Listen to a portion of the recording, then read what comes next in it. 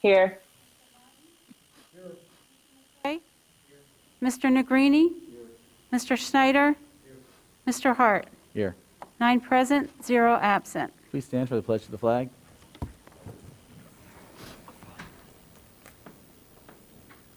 I pledge allegiance to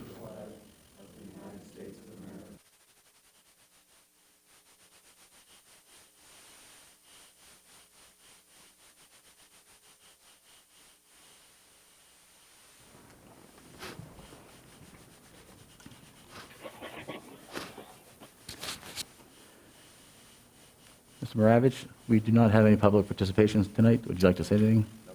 Okay. We have a presentation tonight. Dr. Hoffert, would you please like to do the introduction? Our presentation tonight. I'm sorry.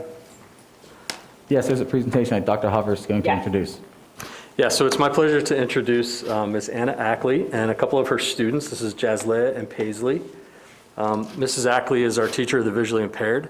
She works K-12 across a number of different buildings with her partner Kate Morris, who's also a teacher of the visually impaired. And we asked her to come tonight for a couple of reasons. Number one, Anna was our nominee for the Annie Sullivan Award, which is an annual Berks County IU award given to someone who works with students with special needs in the county. And we felt like Anna was a really deserving nominee for this award, just based on the work, not only that she's done here within our district, but just to raise awareness for the blind community around the county. She this past year organized and hosted the very first ever regional Braille competition up at the IU, which was attended by folks from all over the state and the region. She's a tireless advocate for her students, a couple of which are joining her tonight. Really an exceptional educator, and we felt like she really deserved to win the countywide award. She was not the successful nominee for this year, which I was a little disappointed with, but I'm kind of competitive when it comes to that kind of stuff, so maybe next time. But anyway, I'm going to turn it over to Anna. She's going to give you guys a pretty impressive demonstration of some of the assistive technology and some of the materials technology and some of the different things that she's doing working with students with visual impairments within the district. So I'll let Anna take over.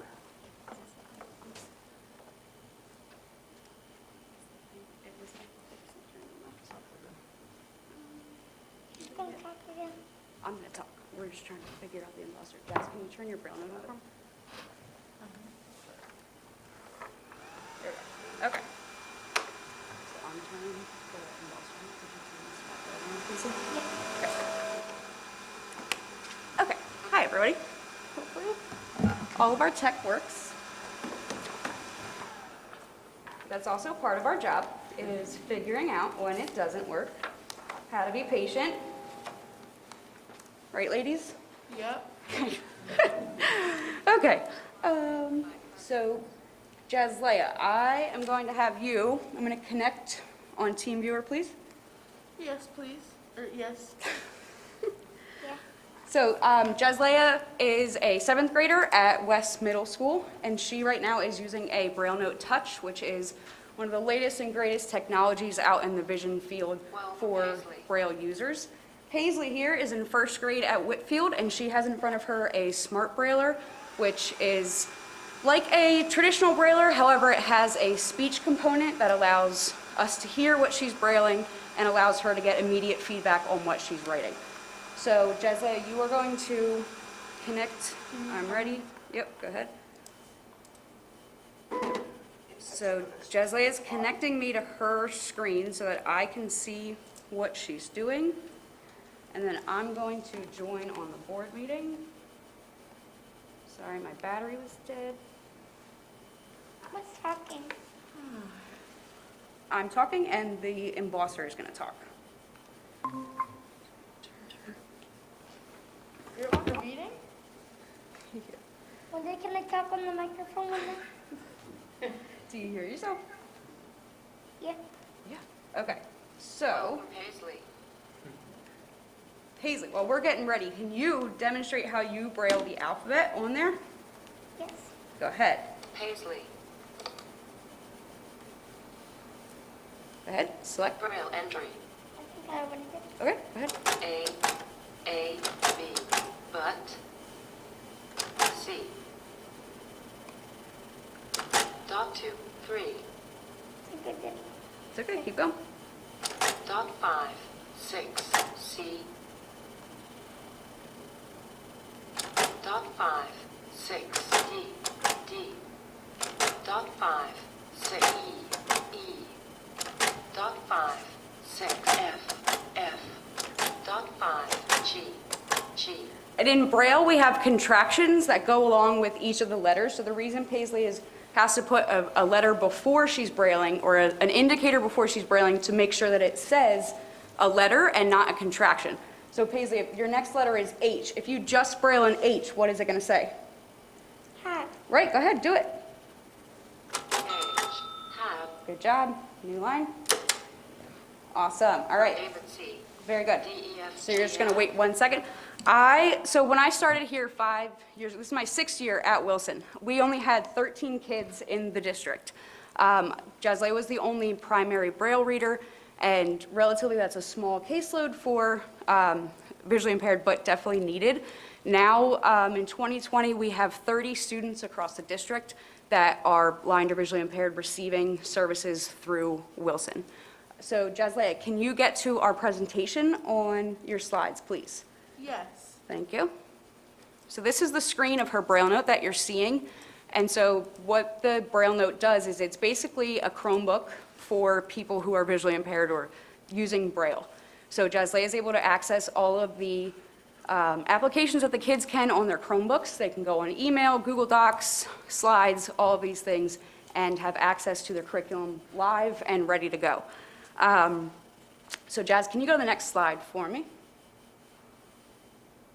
There you go, right. What's it? Good job. Perfect. She's on her PowerPoint. So I have up here, Paisley, that it talks about our Wilson Vision Department, because we are quite turning into a vision department. There you go, Jazz, stay right there.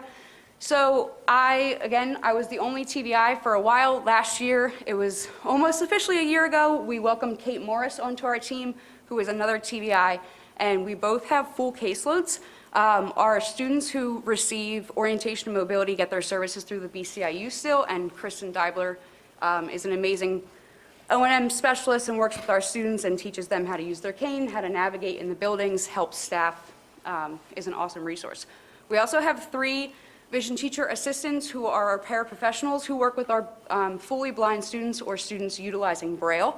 So each one of them, Eudora Spasono, Aaron Knight, and Sean Morgan, all have endured and learned Braille and are fluent in literary UEB Braille code, which is awesome. And they went through a 90-hour course to learn Braille.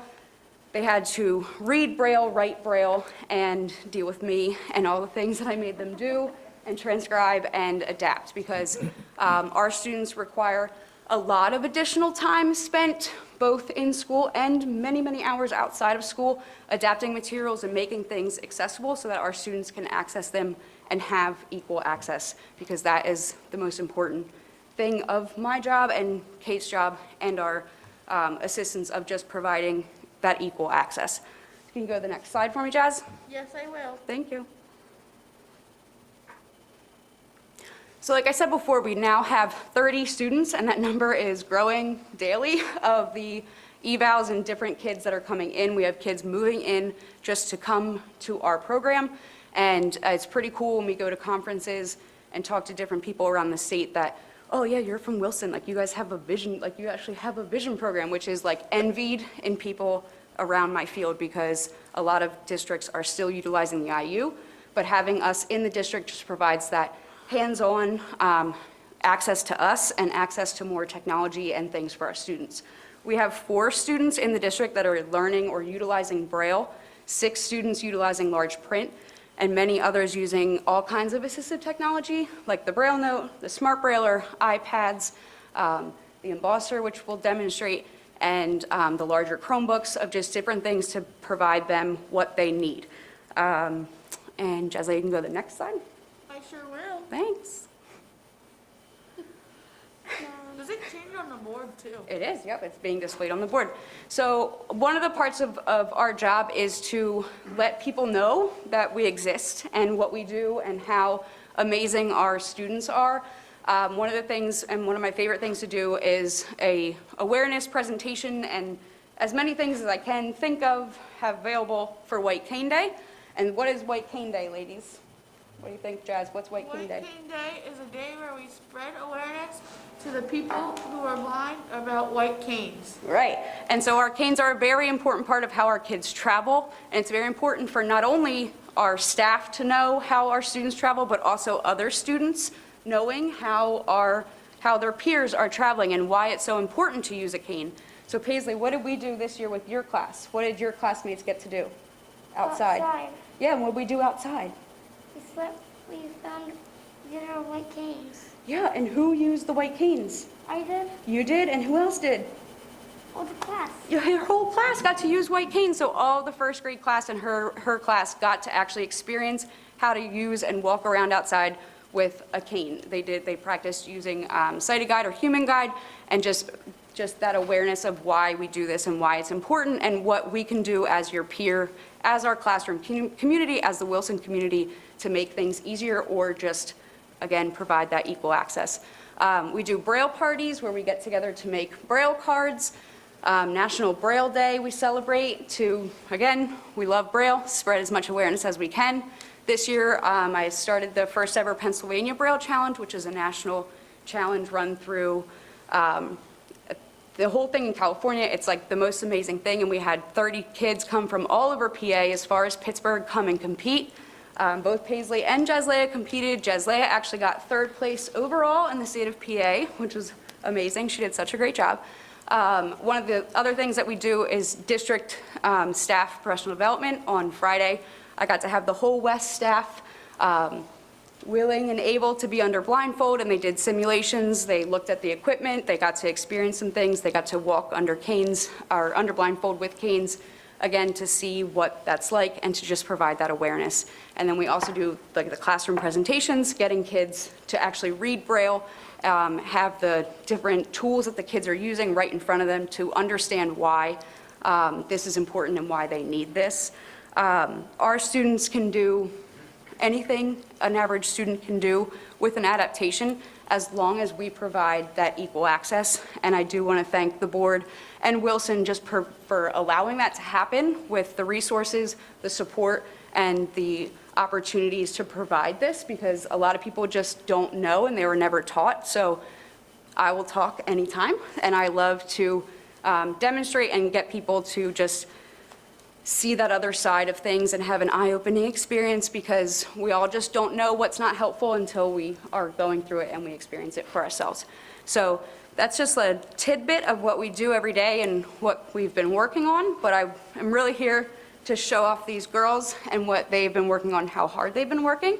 So I'm gonna have Jazlea go to your email, please, and I emailed her a document, and she's going to demonstrate how she converts a print document to math, so doing a math equation, and then turning it into a PDF and sharing it on her Google Drive for her classroom teacher. She is in regular ed classes, and so with her math teacher, go ahead, you can get started.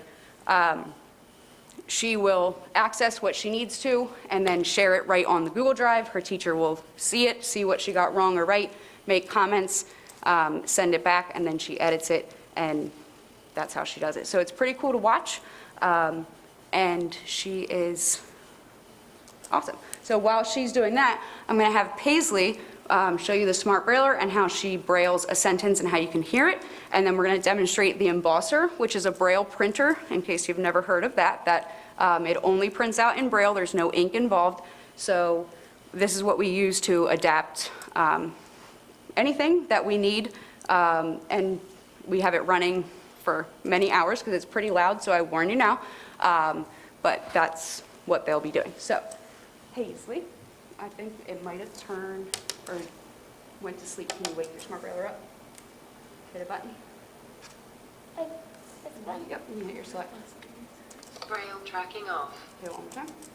Braille tracking on. Do a new line for me. Return the carriage. And you're good to go. You know what you're ready? Yeah. Go ahead. I, L, like.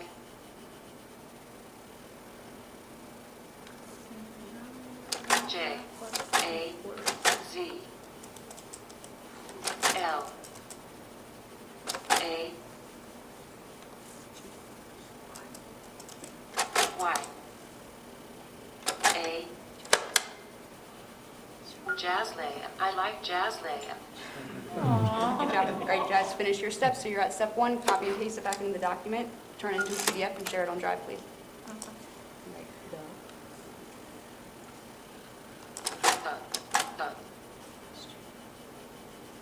Q, white. Dot Q, question.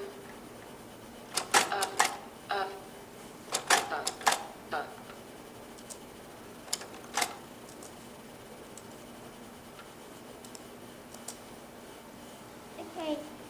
Day. Dot 5, D, day. I, S, is D, do. Y, U. L, like.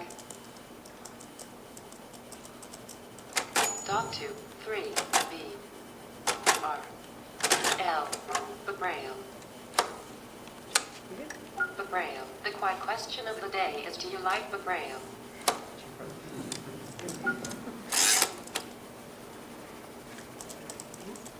Yeah. I, C, Ken. R. I just showed it to my drawing. Very good job. Way to go, Jess. All right. EID. Yep. A, D, read. Good job. Have that read. New line. Second. Okay, go ahead. Yep. Dot 4, So then go to that document that we're going to print. B, R, L. The question of the day or the Circumflex same Braille. one? The question of the day. You downloaded it. Read circumflex It's in your Braille. downloads, not your Ackley folder. What is circumflex? You just did a more complex Braille contraction than we're ready for. Good job. Way to go. So, I know that was like a lot to watch, but it's pretty cool to see, one, how quick that they can be accessing things. One of the cool things about, obviously, the Braille note is that you can see what they're doing, but that the kids can be live on this. So we have kids with Jazzleia that will hook up to the Braille note, and so, or on Google Docs. This is the Braille note, or the embosser. That works.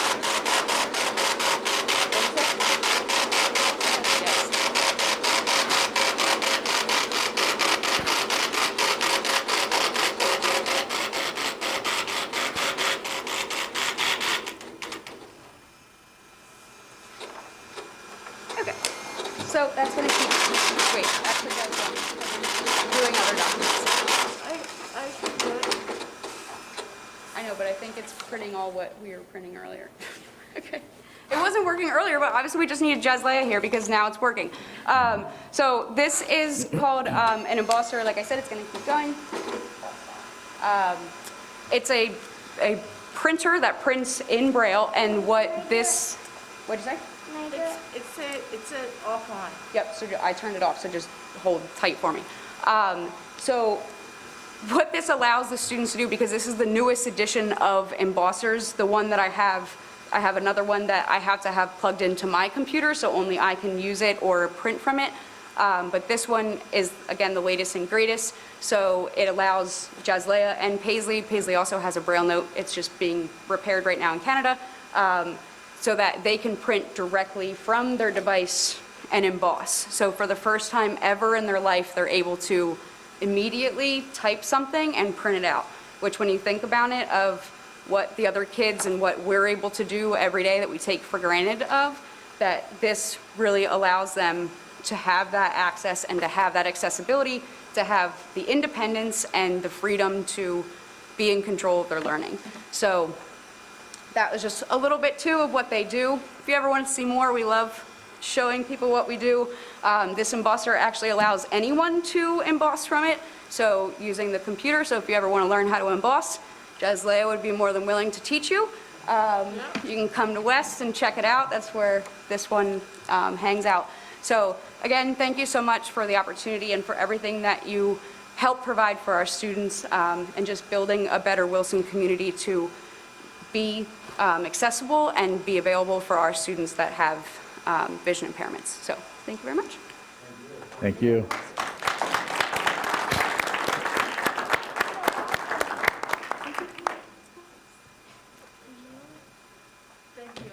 Very nice job, ladies. Linda, can I say something, Linda? Yes, as soon as yours gets back.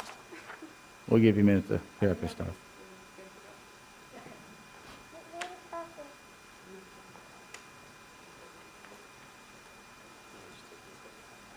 Linda, can I talk into the microphone, Linda?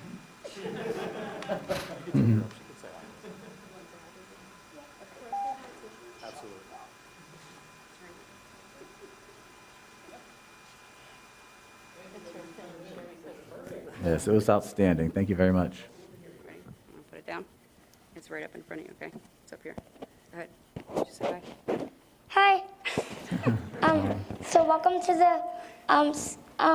the board meeting, and please let me know that you can read Braille every day, and I love you. And so I can read Braille, One more thing. and I love Braille. Good job. Way to go. Awesome. We love Braille. Good job.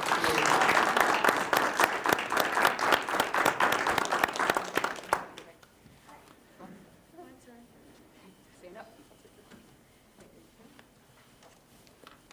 And I can say I am not a Braille reader or writer, but when I did learn it at one time, it is very challenging. So hats off to you ladies and to you, Miss Ackley, for what you do for your students.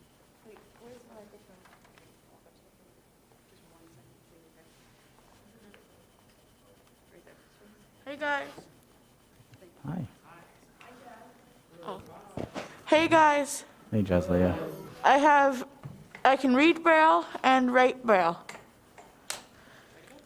Bye guys.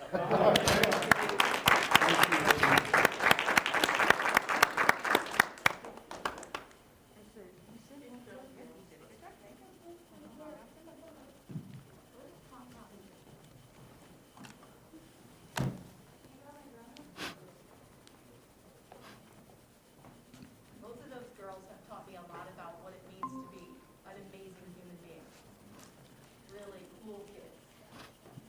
And they never quit. It's amazing, truly amazing. Think about all they have to do to read in addition to what we do.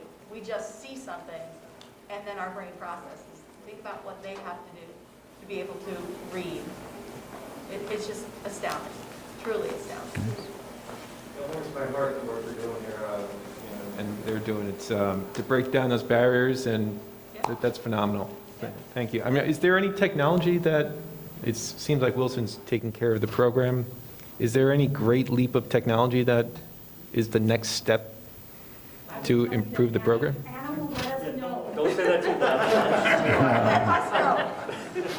No, I think the embosser that we got this year, the one that she demonstrated tonight, is kind of the latest and greatest. The Braille note that the girls are using is basically the top end of the technology. And so we've been able to provide that to our students, and to have somebody like Anna, who's an advocate for that type of technology and is on the cutting edge when it comes to learning how to use it and teach your students how to use it. So we are fortunate. And there's students from other districts starting to... Yeah, we actually have a couple of students that are tuition students from other districts that are coming here to participate in our program, and we also have folks that are moving here specifically for this reason. Off the top of your head, Dr. Hoffert, these pieces of equipment, can you say what they cost? Because they're not very cheap. The embossers, it's anywhere, there's different levels, so between $3,000 to $5,000 for a unit like that. The Braille note itself is probably, I'm gonna guess, I can't remember when we bought the last one, I think it was about 3,000 or 4,000. Plus then there's software, there's updates, there's constant stuff. I mean, it's expensive. I mean, It is. it's consistent. Thank you. Tonight, we met in executive session to discuss personnel issues. 2.1, request permission to approve the minutes of the school board meeting held on October 19th, 2020. Looking for a motion? Mr. Martin first. Do you have a second? Mr. Schneider, any discussion? All those in favor? Aye. Aye. Opposed? Payment of bills, Mr. Martin. President, I submit for approval tonight bills in the amount of $2,932,907.69. Looking for a second? Mr. Schneider, any discussion? Roll call, please. Mr. Case? Abstain. Mrs. Casper? Abstain. Dr. Kennedy? Yes. Mrs. Cocker? Yes. Mr. Martin? Yes. Mr. McCray? Yes. Mr. Negrini? Yes. Mr. Schneider? Yes. Mr. Hart? Yes. That's 7 yes, 0 no, 2 abstain. Superintendent's report, Dr. Fadley. Thank you, President Hart. I present this evening the personnel and program recommendations as listed. Looking for a motion to approve superintendent items 4.1 through 4.7 as presented. Looking for a motion. Dr. Kennedy first. Do you have a second? Cocker? Mrs. Cocker, any discussion? Roll call, please. Mr. Case? Yes. Mrs. Casper? Yes. Dr. Kennedy? Yes. Mrs. Cocker? Yes. Mr. Martin? Yes. Mr. McCray? Yes. Mr. Negrini? Yes. Mr. Schneider? Yes. Mr. Hart? Yes. 9 yes, 0 no. Under Human Resources, 5.1, request to approve the high school musical staff as attached. 5.2, request to approve the employees for specialized leave under the FFCRA to ensure preserves years of service credit is maintained. 5.3, request to approve staff leaders as attached. 5.4, request approval for an increase in hourly pay of $3 per hour, not to exceed $15.03 per hour for food service employees for hours worked fulfilling managerial duties when managers are absent. And looking for a motion to approve 5.1 through 5.4 as presented. Cocker? Mrs. Cocker first. Do you have a second? Mrs. Casper, any discussion? Roll call, please. Mr. Case? Yes. Mrs. Casper? Yes. Dr. Kennedy? Yes. Mrs. Cocker? Yes. Mr. Martin? Yes. Mr. McCray? Yes. Mr. Negrini? Yes. Mr. Schneider? Yes. Mr. Hart? Yes. 9 yes, 0 no. Under Student Services, 6.1, request permission to contract with New Story School for 3 special education students for the 2020-2021 school year for services at a cost of $380 per student per day beginning August 25th, 2020 and ending June 4th, 2021. Looking for a motion? Mr. Schneider first. Do we have a second?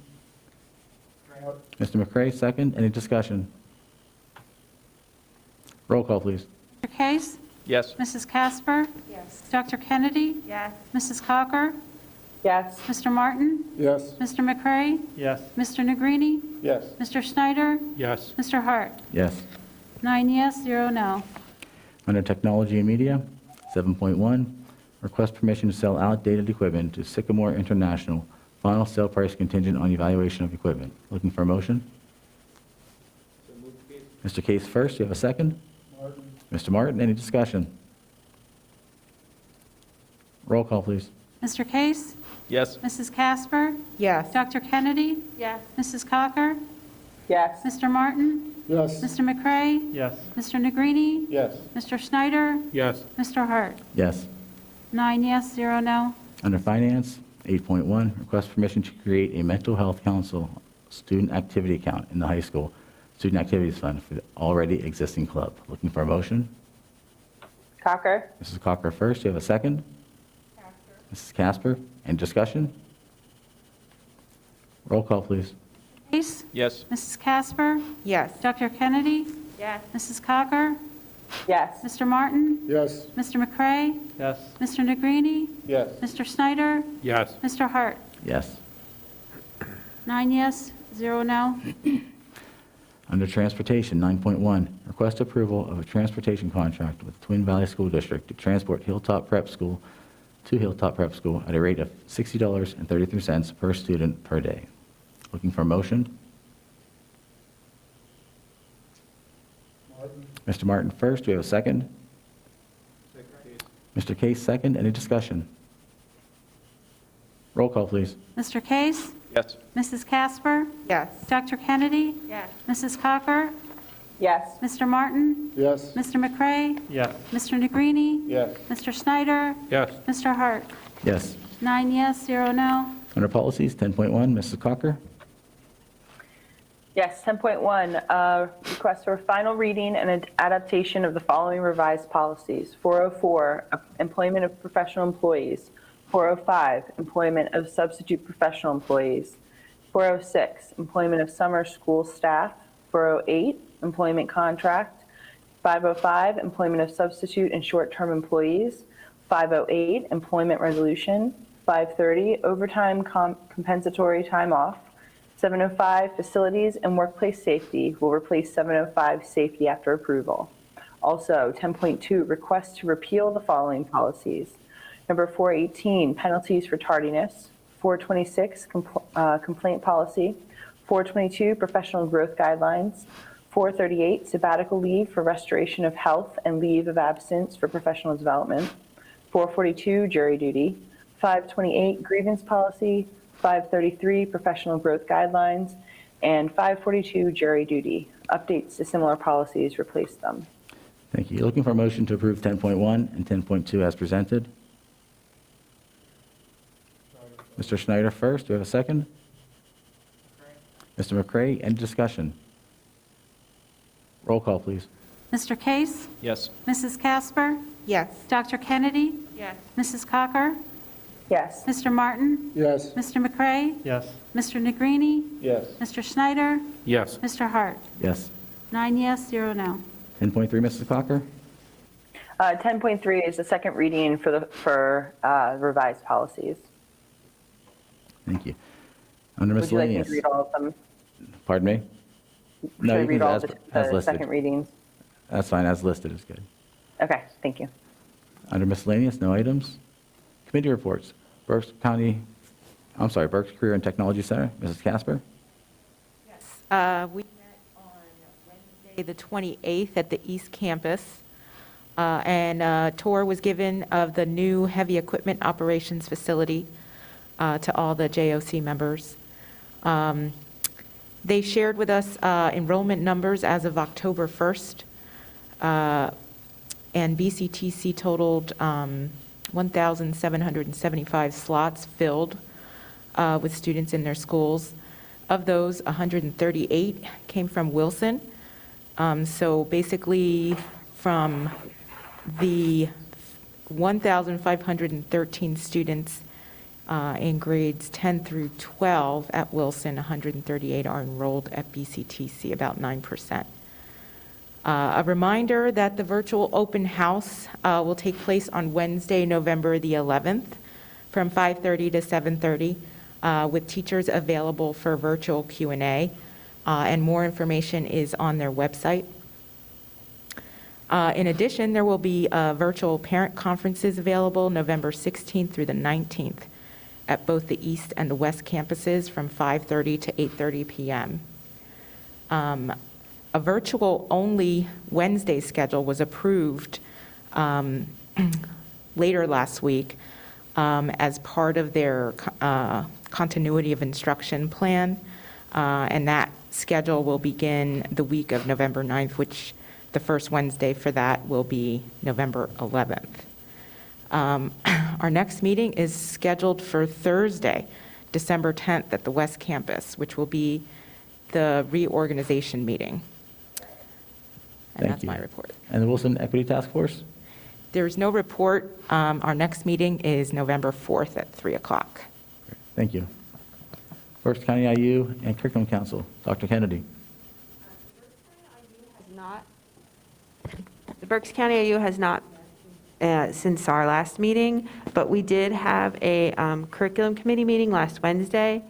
We talked about, we had a presentation from Mrs. Gutzler, our high school librarian, and she shared that our libraries are thriving even though we're in the middle of a pandemic, and she talked about some of the things that the librarians are doing and how creative they're being and being able to push books out to our students and still be safe. And it was a really fascinating presentation, and that their circulation this year is 25,000 against last year's 35,000. So it's really not that much different. So we're still doing a great job of getting books in the hands of our kids, which is so important. We learned that our newest teachers have mentors, and did a mentor survey, and our new teachers are very appreciative of having mentors, and the results have been very positive. Also, tomorrow, those teachers have a professional development day, and that's going to be focused on technology. And then we started a philosophical discussion, blinked our eyes, and it was 5:15, and no one even knew it. Really, that's pretty much sums it up. Thank you. Berks CIT, Mrs. Schlosman.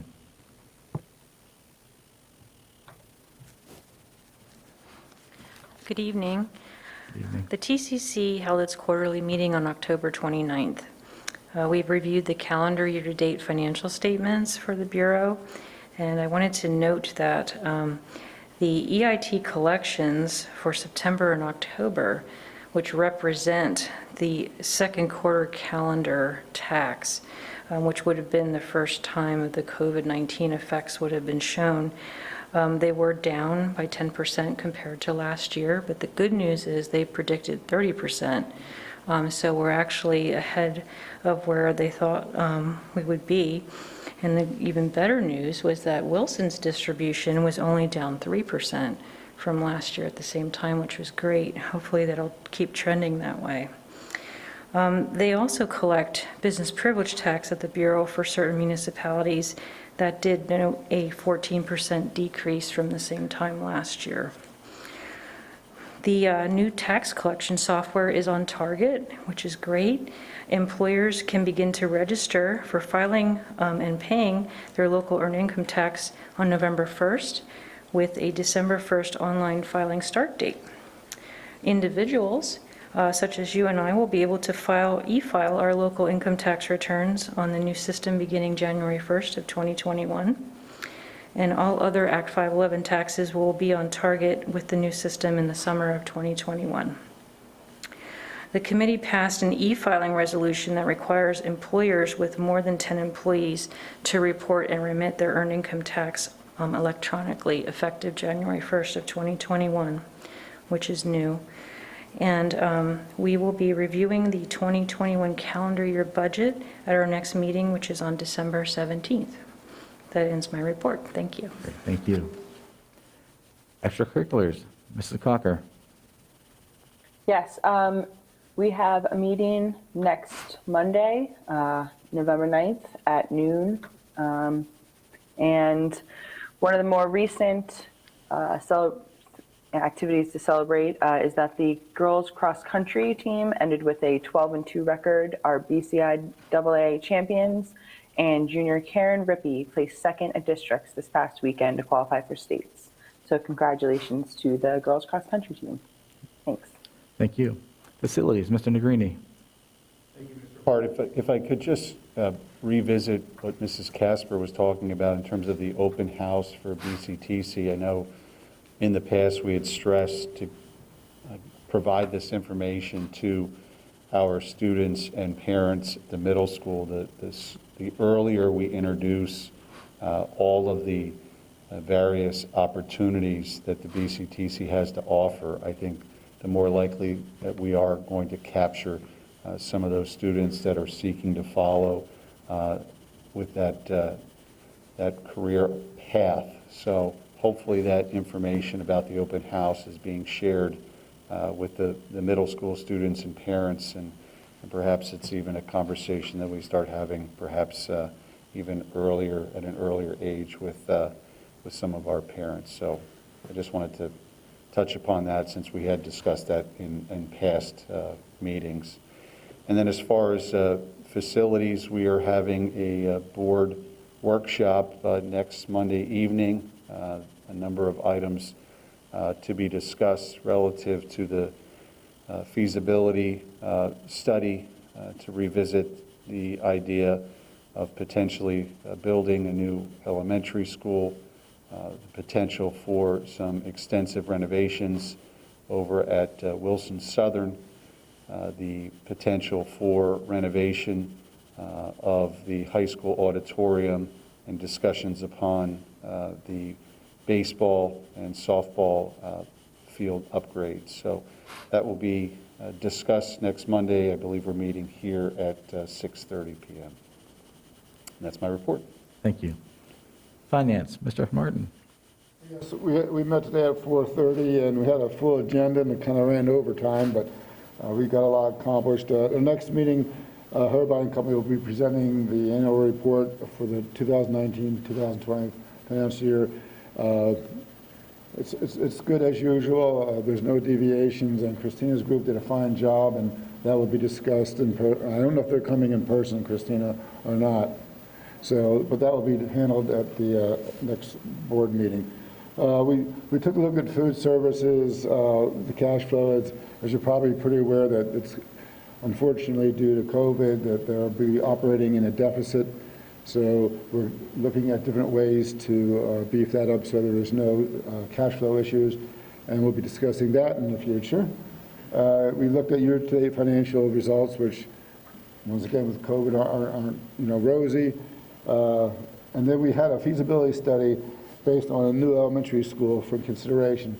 That was very enlightening. I thought it was a good job. Christina did a good job. That will be presented next Monday, so everyone will have access to see that information. We talked about the current budget deficits coming up. I don't know if we'll get into that next on the 9th, but they kind of dovetail each other, so I don't know what we're going to do there. But I think that's going to be opening some eyes for some people. And then we went into executive session. No votes were taken in the executive session. And that's my report. Thank you. Human Resources, no report. Legislative, Mr. Martin. Oh, yes. There's a couple of things. I'll start off with just a note that might find interest. And we have a state educational system. It's comprised of, I believe, 14 different universities throughout the state, and they're looking at ways to improve the finances of many of those institutions because they're struggling with enrollments, they're struggling with finances. So the first brush on this is they're going to try to combine California, Clarion, Edinburgh into one university, Bloomsburg, Lock Haven, and Mansfield into one university. They will still maintain their individual identity but be controlled by one governing body and work off the same system. They're looking at, this is the first brush, they're looking at other educational institutions within Pennsylvania to see that this process works with others. So they're supposed to save thousands of dollars and keeping these schools while they're independent, but they'll be branched into one unit. So that's a way of keeping their identity sacred, because a lot of people that went to these institutions feel that it's important to keep the identities ongoing for their alumni future endeavors.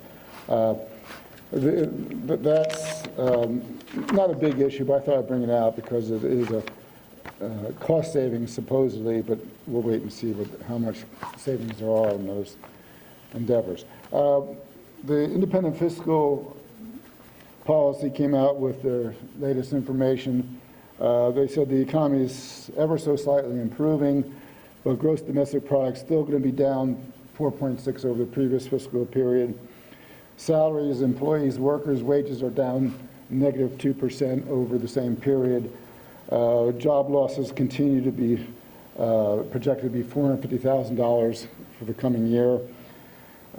Inflation is going to bounce between 0.5 and 0.9%. And that's the good news. The bad news, and I'm not sure I understand that, and I haven't read the report yet, but the projecting for the calendar year 2021 is supposed to be negative.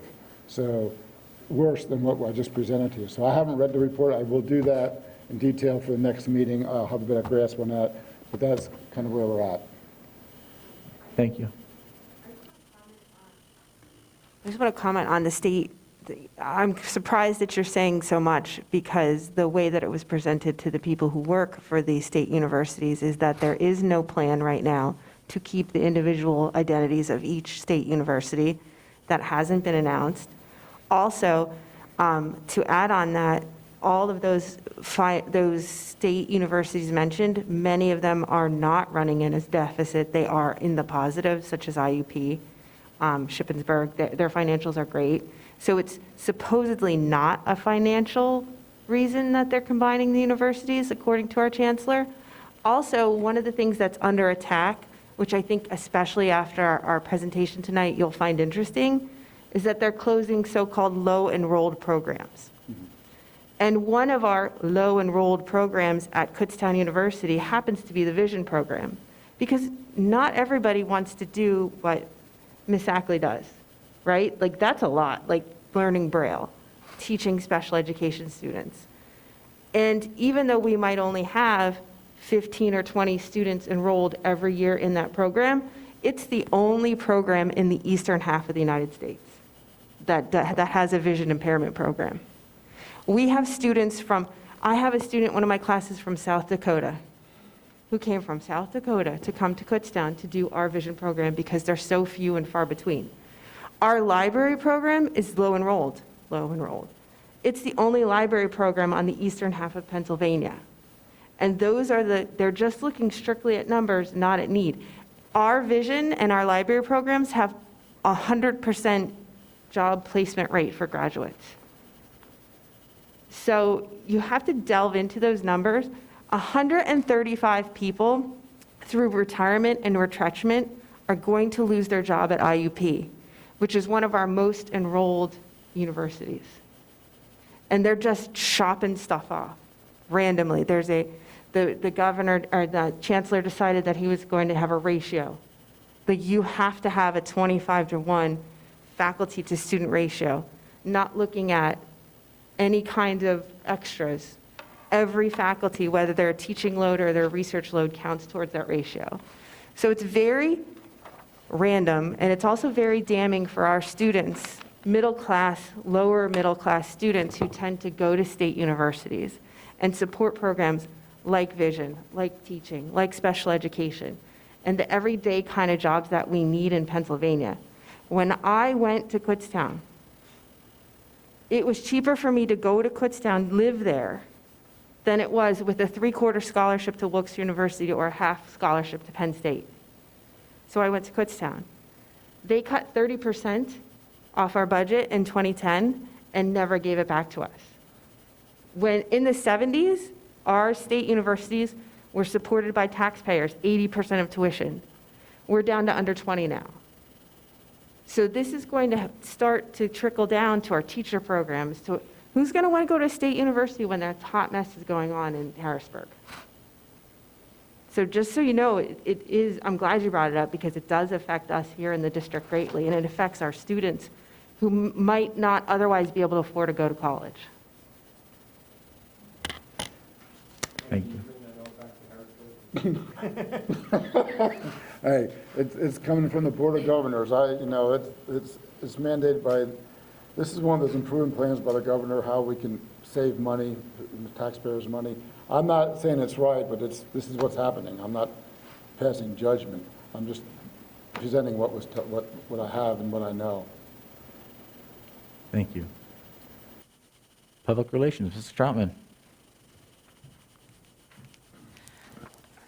Good evening, everyone. I do have a couple items I wanted to share with you.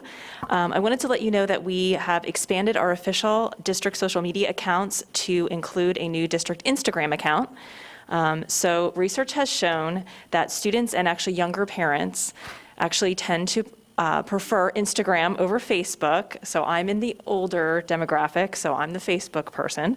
But we want to make sure that we are having a good array of social media offerings that are representative of our district. So we launched an Instagram account. Thank goodness I have an honors intern, so shout out to the honors internship program here at Wilson. My honors intern, Lexi Lebo, actually created the account, and she is taking the lead on managing it, which is awesome. And we just had a brainstorming session today, she and I, about how to even make it better and a little bit more relevant. We're going to add Instagram stories, which that's a cool thing, I think, right? Yeah. So we're excited about that. So we launched it 2 weeks ago. We already have 450 followers. So we're really excited about that. We're going to continue to cross-promote it on other social media channels with the goal to increase our followers. So if you are somebody who uses Instagram, be sure to follow us and tell all your friends, please. Again, just another way, we're trying to use all of our social media to just share great news about the school district. We think that's super important this year, well, every year, but really important this year, because there's lots of great stuff going on here.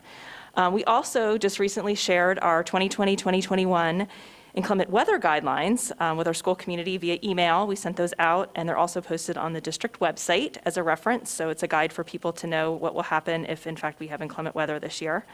And then finally, I just wanted to announce that our theater company is going to be presenting its first main stage production of the school year this week.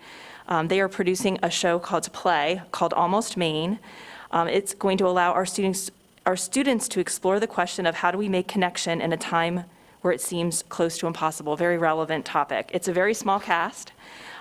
We are going to be performing the show at 7 p.m. on November 5th, 6th, and 7th to a very limited audience in the auditorium. But we're also excited because we're going to be offering a live stream pass as well. And both in-person tickets as well as the live stream passes are available for purchase on the theater company's website. And that's my report. Thank you. Thank you. Education Foundation, Mr. Case. Do we have a Wilson TikTok account? No, not, because that's super cool.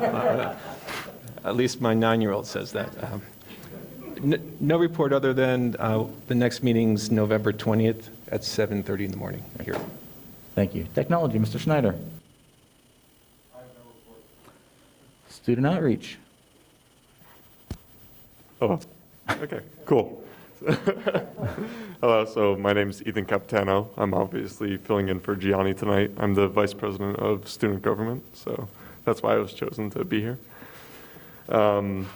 So speaking of student government, we were holding a mock election in honor of the presidential election tomorrow. So students were able to vote Wednesday and Thursday of last week, and they're going to be able to vote till the end of tomorrow for that. So the Minithons drive-in was canceled on Friday and Sunday due to inclement weather, and the club's looking forward to holding their next drive-in movie on November 13th. Wilson High School has a new club called STAR, which is an acronym for Stand Together Against Racism. This club is going to join together with Voice Up Berks to help raise awareness and combat the issue within our community.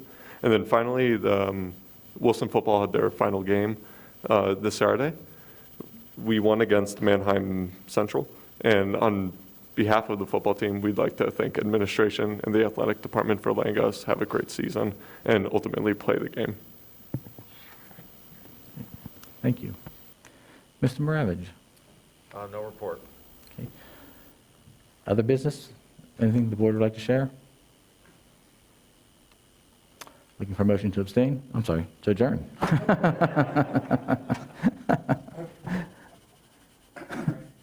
Mr. McCray first, you have a second. Mr. Schneider, thank you.